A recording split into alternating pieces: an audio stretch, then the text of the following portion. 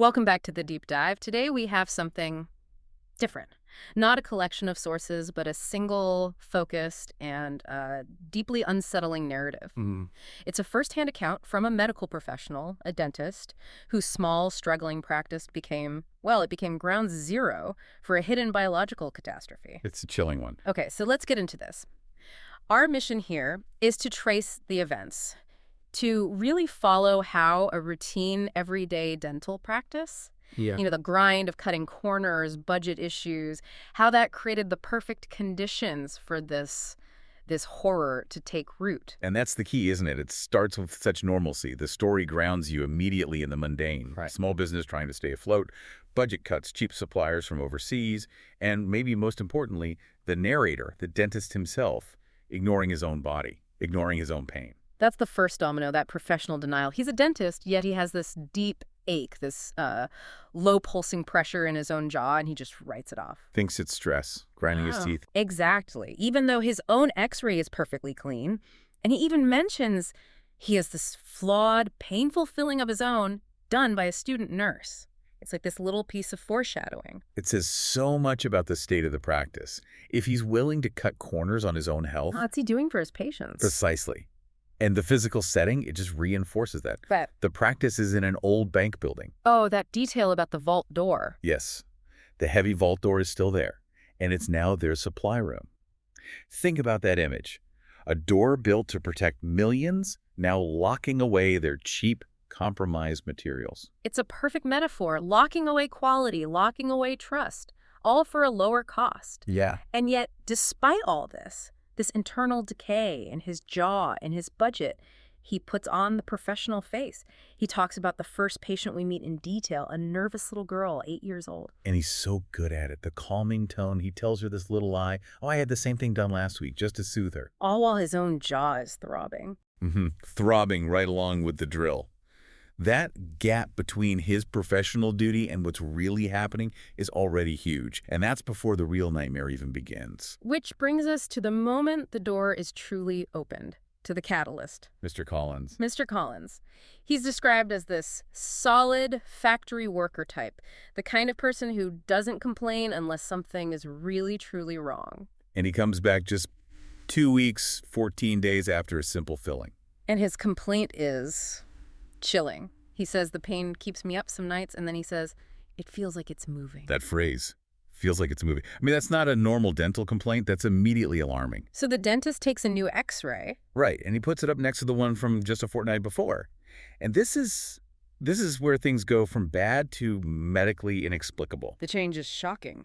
It's not just worse. It's described as dramatically worse. Yeah. But it's the kind of change. There are voids, hollowed out areas under the enamel, the density is all wrong, and then there's the hole. The neat round hole. Yes. He says it looks clean, deliberate, almost surgical. But it's absolutely not from a drill. This isn't decay. It's an intrusion. Something has been removed from the inside. Exactly. And when he goes to take the filling out, it just confirms it. It doesn't come out in solid chunks like it should. It just crumbles. Brittle flakes. The material itself has completely failed. And his assistant, Kelly, she sees it too. There's this silent look between them, this moment of shared dread. Which only gets worse when he starts to probe. Because the endoprobe, it just sinks. It goes deeper than it should. It hits a void, a space where a solid tooth should be. He realizes the structure is just a shell. The tooth has been, for lack of a better word, eaten from the inside out. This wasn't a cavity, it was an excavation. And that right there is the moment his mind snaps back to the supply vault, to that cost-cutting decision he made. The composite kit. New supplier, somewhere Eastern European. Flimsy box. Instructions he couldn't even read. He admits it to himself then. We've been running lean for years. You cut corners where you had to. And just as he's processing this massive professional failure, he opens his email. And the timing is just brutal. 2 emails from his daughter, Claire. She's studying abroad. The first one is so innocent. It's this fun little story about how she did her own filling. Using the spare kits he sent her. The exact same cheap new kits. She's so proud of herself. But then the second email comes through, and it's just a gut punch. Her jaw is aching. The pain keeps her up. And she writes, and this is the line, "It feels like the whole tooth's about to fall apart." The horror is no longer clinical. It's not about liability anymore. It's in his family. He sent it to her. He put it inside his own daughter. And in that moment, as he's reading her words, he presses his tongue against his own molar and feels it shift. Oh, well. He's contaminated too. The panic sets in.